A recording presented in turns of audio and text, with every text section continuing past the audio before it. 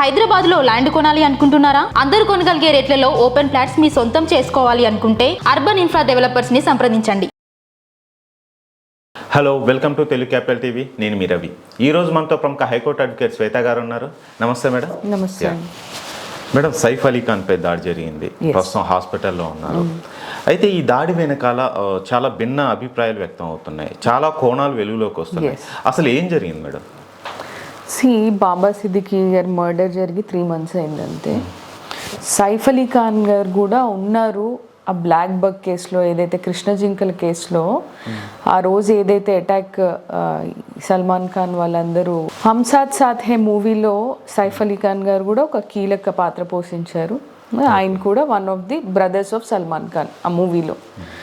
అయితే ఎప్పుడైతే ఈ కృష్ణ జింకల వేటలో సల్మాన్ ఖాన్ దాన్ని చంపడం జరిగిందో అప్పుడు సల్మాన్ ఖాన్తో పాటు సోనాలి బింద్రే, టబు, ఈ సైఫ్ అలీ ఖాన్ కూడా ఉన్నాడు.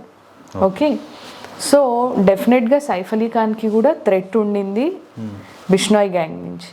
సో ఇది బిష్నాయ్ గ్యాంగ్ సల్మాన్ ఖాన్ని టార్గెట్ చేయడానికి, భయపెట్టడానికి ఈ పని చేసిందా అనేది ఒక అభిప్రాయం. ఓకే ఓకే, ఇంకోటి ఏంటి అని అంటే నెక్స్ట్ థింగ్, పిల్లల రూమ్లోకి దొంగలు ప్రవేశిస్తూ ఉంటే అక్కడ ఎవరైతే కేర్ టేకర్ ఉన్నారో ఆవిడ గట్టిగా అరవడం జరిగింది. సో అందుకని సైఫ్ అలీ ఖాన్ పరిగెత్తుకుంటూ వచ్చి వాళ్ళని ఆపబోయిన సమయంలో ఈ పెనుగులాటలో ఈయనకి గాయాలు అయ్యాయి అని 6 కత్తిపోట్లు అయ్యాయి. 2 చాలా డీప్గా ఉన్నాయంట, మిగతా 4 పైనే తగిలినాయి. అంత ఆయనకి ప్రాణాపాయం ఏం లేదు. మోస్ట్ ఆఫ్ ది ఛానల్స్లో చెప్తున్నట్టు బాగానే ఉన్నారు ఆయన. హీఈస్ అవుట్ ఆఫ్ డేంజర్ అని నిన్న హాస్పిటల్లో డాక్టర్స్ కూడా చెప్పడం జరిగింది. మేడం, ఇది ఈ సెక్యూరిటీని దాటుకుని ఆ దొంగ లోపలికి ఎలా వెళ్ళాడు? ఎస్, అదొకటి ఛాలెంజింగ్ పాయింట్. ఏంటి అని అంటే సెక్యూరిటీని అడిగితే ఎవరు లోపలికి వెళ్ళలేదు అంటున్నారు. అంటే ముందు రోజే వెళ్ళి అక్కడ ఉన్నారా? ఈ కేర్ టేకర్కి ఆ దొంగలకి ఏమైనా ముఖ పరిచయం ఉందా అనే కోణంలో కూడా పోలీసులు ఇన్వెస్టిగేట్ చేస్తున్నారు. ఏంటి అని అంటే కేర్ టేకర్కి ఎవరైతే ఇతను బర్గ్లరీయో దొంగతనం చేయడానికి వచ్చాడో ఆ కేర్ టేకర్కి ఆయన తెలుసు అని చెప్తున్నారు. అది ఇంకా ఇన్వెస్టిగేషన్లో ఇంకా తేలాల్సి ఉంది, వెదర్ నిజంగానే తెలుసా, ఆమె సాయంతోనే వీళ్ళు వచ్చారా ఇంట్లోకి అని.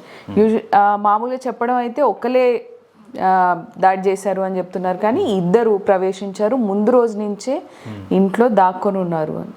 ఇంట్లో 2 మనుషులు దాక్కుని ఉన్నప్పుడు డెఫినెట్గా ఇంట్లో వాళ్ళకి తెలియకుండా ఉండదు. ఒక రోజంతా దాక్కుని ఉన్నప్పుడు ఎవరో ఒక మనిషి సాయంతోనే డెఫినెట్గా లోపలికి వచ్చి ఉంటారు. అది ఎవరు అనేది పోలీసులు చెప్పేస్తారు. Hardly it may take 2 days అంతే. 2 రోజుల్లో కేసు గురించి మొత్తం చెప్తారు. అయితే ఇందులో బిష్నాయ్ గ్యాంగ్కి ఎంతవరకు సంబంధం ఉంది అని అంటే డెఫినెట్గా ఆ కోణంలో కూడా పోలీసులు ఇన్వెస్టిగేట్ చేస్తున్నారు. ఎందుకంటే కృష్ణ జింకల మర్డర్లో ఏదైతే వాటిని చంపిన కేసులో ఇప్పటికి ఆల్రెడీ 20 ఏళ్ల పైన అయింది, ఇంకా న్యాయం జరగలేదు. ఆ కమ్యూనిటీ వాళ్ళు చాలా ఫ్రస్ట్రేటెడ్ ఉన్నారు. వీళ్ళే చేశారు అని తెలిసినా కానీ మాకు ఇంకా న్యాయం జరగట్లేదు. Okay, so definitely Bishnoi gang involvement కూడా లేదు అని అయితే మనం చెప్పలేము. అండ్ చాలామంది పొలిటీషియన్స్ మాట్లాడడం జరుగుతుంది ముంబై ఎంతవరకు సేఫ్. మొన్న సల్మాన్ ఖాన్, ఆ తర్వాత బాబా సిద్దికీ కొడుకుని కూడా చంపాలి అనుకున్నారు. ఈరోజు సైఫ్ అలీ ఖాన్. సో గవర్నమెంట్ ఏం చేస్తుంది అనే క్వశ్చన్స్ ఎరైజ్ అవుతున్నాయి.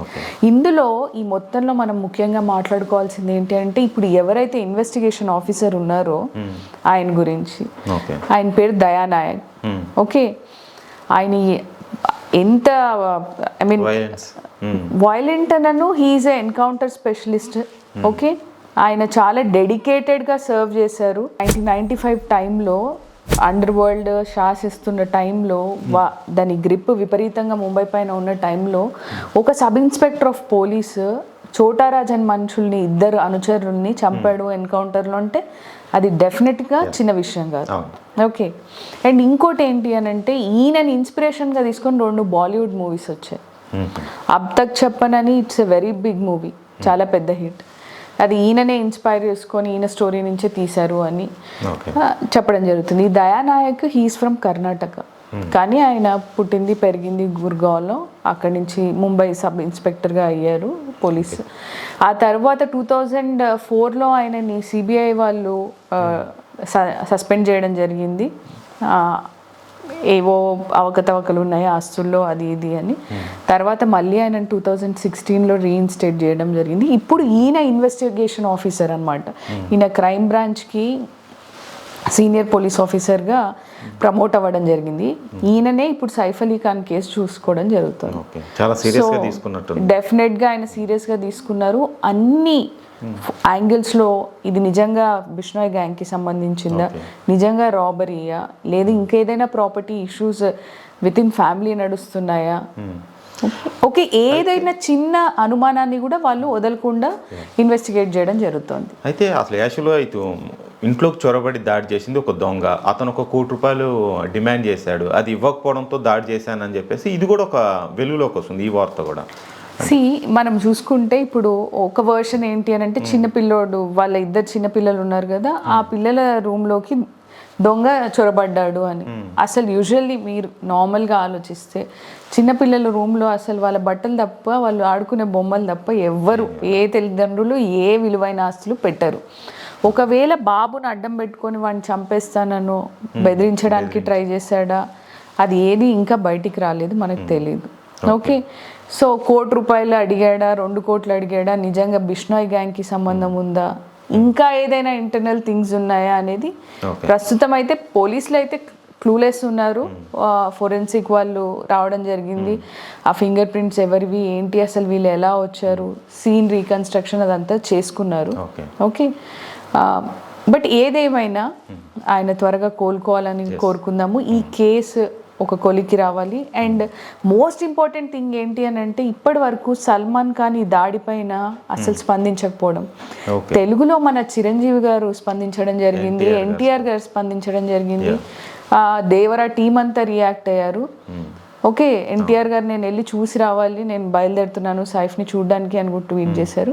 అలాంటిది Salman Khan and most of the Bollywood people పెద్దగా రియాక్ట్ అవ్వకపోవడం నిజంగా ఆశ్చర్యానికి గురి చేస్తుంది.